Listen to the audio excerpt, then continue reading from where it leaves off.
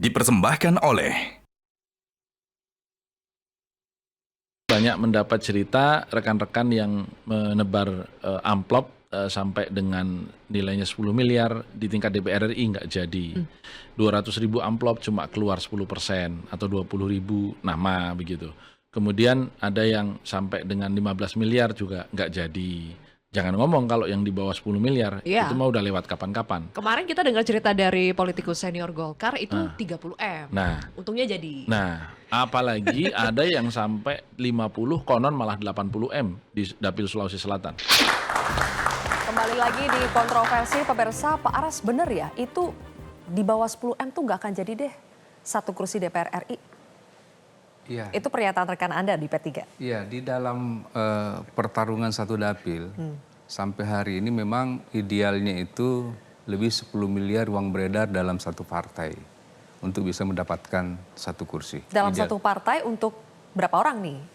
Kalau dapil saya 9 orang. Ya, Oh. jadi terbagi mungkin ada yang 5 miliar, ada yang 7 miliar, ada yang 1 miliar. Totalitasnya tentu semuanya bekerja maksimal. Kalau hanya mengedarkan uang aja, saya yakin apa yang disampaikan Romi tadi itu sangat benar bahwa keberhasilannya bahkan di bawah 10%. Harus punya tim yang kuat di lapangan, yang mampu meyakinkan pemilih bahwa memilih si A betul-betul besar manfaatnya dan dia komitmen untuk memberikan perhatian kepada masyarakat. Karena kapan tim kita tidak betul-betul turun ke lapangan, hanya ingin membagi saja, ya uang habis tanpa bekas. Uang habis, suara melayang ya. Oke, Mbak Lulu, benar di bawah 10 M nothing, satu kursi tidak akan bisa. Enggak juga sih sebenarnya ya, karena pengalaman di 2019 misalnya tadi saya barusan cerita ya, itu bahkan satu amplop pun memang enggak gitu. Itu di 2019? 2019 dan mungkin artinya di beberapa dapil yang lain juga masih bisa berlaku gitu. Tetapi memang situasi kemarin ini luar biasa karena mohon maaf ya itu kan berbareng dengan ada fenomena bansos yang juga memang sangat besar. Jadi katakanlah kalau misalkan orang mengeluarkan nominal yang kecil itu kalah dengan bansos yang dikeluarkan oleh atas nama pemerintah misalnya seperti itu dan itu juga akhirnya turut mempengaruhi value ya atau nilai apa yang dulu dianggap itu sudah gede nih misalnya 20.000 ini contoh 2019 itu DPR RI itu biasa memberikan calon pemilihnya itu 20.000 atau 25.000 walaupun saya tidak satu pun ya tetapi kan saya tahu lah kayak gitu. Tetapi itu udah nggak mungkin terjadi di pemilu 2024. Terjadi inflasi? Ya. Oke, Mas Adi, apa yang terjadi? Kenapa inflasi money politik di 2024 ini meningkat pesat dibandingkan 2019?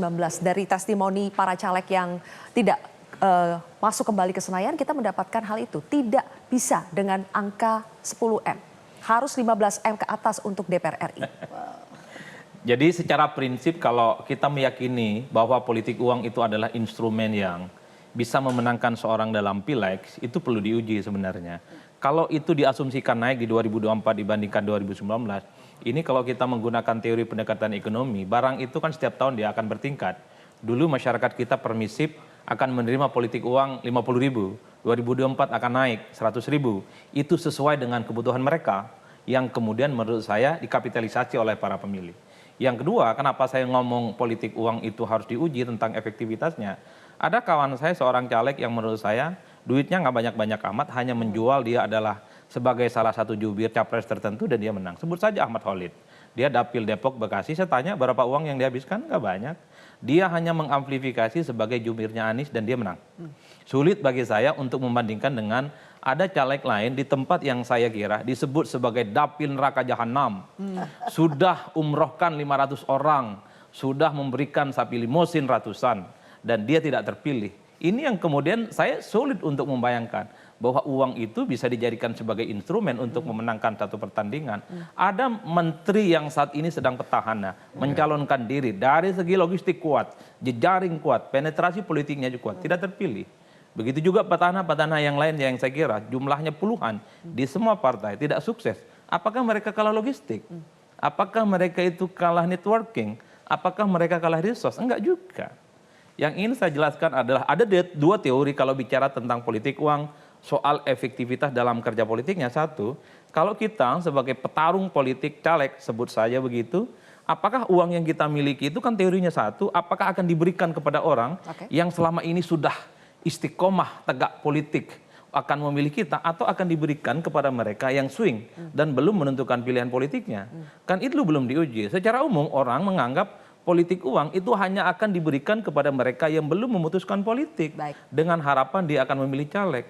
Ternyata di sejumlah dapil itu juga tidak efektif. Karena itu justru akan menghilangkan uang, seberapa banyak uangnya, karena itu dianggap sia-sia. Orang yang memang tidak bisa digerakkan oleh uang, dia tidak dipaksa oleh apapun judulnya termasuk uang. Oleh karena itu politik uang seringkali diberikan kepada inner circle, networking, jejaring, tim sukses dan relawannya, dengan harapan bahwa yang selama ini sudah menentukan pilihan politik caleg, dia mau datang ke TPS. Mbak Sylvia, orang yang selama ini dekat dengan kita, itu nggak ada jaminan kok datang ke TPS dan dia akan memilih kita. Itu yang kemudian membuat kenapa dalam teorinya bukan hanya di Indonesia, politik uang itu diuji. Apakah dia diberikan kepada orang terdekat kita atau diberikan kepada kelompok yang belum menentukan pilihan. Nah yang terakhir yang ingin saya katakan adalah bahwa politik uang memang kalau kita membaca survei-survei ini yang kan menerima cuma sekitar 35%. Dan selebihnya itu mereka tidak terlampau terpengaruh sebenarnya dalam konteks bagaimana mempertaruhkan segala hal yang terkait dengan kekuatan politik uang. Oleh karena itu kalau saya membaca rata-rata secara umum, politik uang itu sebenarnya ibarat jeruk makan jeruk, teman makan teman. Jadi kalau Mbak Lulu, Bang Viva, Bang Faras main politik uang, dalam banyak hal yang dikalahkan itu adalah sesama caleg internal partai. Karena dalam sistem proporsional tertutup, satu dapil itu bisa dipastikan setiap partai mendapatkan kursi. Di dapilnya Mbak Lulu misalnya, PKB itu pasti dapat satu kursi. Pertanyaannya adalah siapa yang dapat? Apakah Mbak Lulu atau yang lain? Di dapilnya Bang Viva misalnya, yang bisa dipastikan ada satu caleg dari PAN yang dapat, pasti. Tapi pertanyaan apakah Bang Viva atau yang lain yang mendapatkan itu. Begitupun dengan yang lain. Oleh karena itu ketika ada caleg yang ngaku ada 20M, 30M yang spending money, secara tidak langsung dia itu memakan temannya sendiri. Perang saudara terjadi. Perang saudara, jeruk makan jeruk, teman dan makan teman. Ini yang sebenarnya harus diingat, beda dengan Pilpres.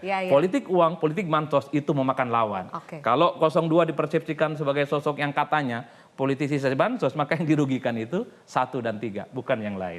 Oke, Mas Hensat, kita berbicara kaitan antara Pileg dengan Pilpres. Sekarang ingin mengaitkan apakah sebetulnya faktor petahana ini sulit untuk kembali maju atau kembali masuk ke Senayan itu, apakah karena tidak ada kotel efek dari Pilpresnya?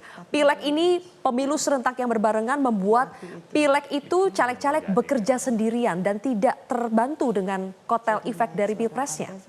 Ya memang kalau kotel efek itu harus dikaji lagi ya, apakah dalam Pilpres kali ini memang berlaku. Karena ada beberapa daerah yang memang kotel efek itu berlaku dan semakin kuat, tapi juga ada yang membuat kocar-kacir gitu. Misalnya Jawa Barat misalnya, itu kotel efek yang kuat itu kotel efek dari Ridwan Kamil atau dari Prabowo sebetulnya. Karena Dapil 1 Jawa Barat misalnya itu dibuat kocar-kacir oleh istrinya Ridwan Kamil. Karena dari beberapa petahana termasuk di Golkar sendiri pun hampir saja kacau balau dengan kehadiran Ibu Ridwan Kamil itu di Dapil 1 Jawa Barat, padahal waktu itu posisinya nomor 4. Jadi kotel efek ini menurut saya bukan hanya perlu dikaji, tapi jangan-jangan memang sudah menghilang berdasarkan ketokohan-ketokohan yang ada gitu. Jadi kayak misalnya dapil yang seharusnya dimiliki oleh PDI Perjuangan. Apakah kemudian serta-merta caleg PDI Perjuangan bisa melenggar bebas gitu, melenggang bebas, itu juga belum tentu juga. Tapi ada beberapa daerah yang memang sebetulnya daerahnya PDI Perjuangan, tapi presidennya ternyata kalah di sana, walaupun pileknya menang. Jadi teori kotel efek ini memang benar-benar harus diuji dari sisi banyak hal. Dan dalam beberapa teori politik itu ada pragmatisme yang masuk di sana. Jadi bukan saja tentang popularitas, tapi juga ada pragmatisme dari pemilih di sana. Misalnya Dapil 2 ya, Jakarta misalnya, pada saat justru banyak artis yang lolos dibandingkan petahana. Itu kan juga sebuah fenomena menarik gitu. Apakah itu kemudian serta-merta karena kotel efek yang memang ada, menurut saya belum tentu. Karena di Jakarta misalnya, tentu saja nama Ganjar dan nama Once lebih populer Once gitu. Memang fenomena artis ini juga menarik gitu. Bang Viva juga pasti memastikan bisa melihat itu. Jadi yang pertama Mbak Zilvia, ketokohan jangan-jangan di pileg itu memang sudah tergerus gitu ya. Nah itu bisa dari politik uang atau memang kondisi geografis setempat. Baik, kita berikan tepuk tangan dulu. Nanti di segmen berikutnya kita akan bicara bagaimana mengevaluasi, bagaimana mengurangi praktik politik uang di pemilu-pemilu ke depan. Sesaat lagi pemirsa.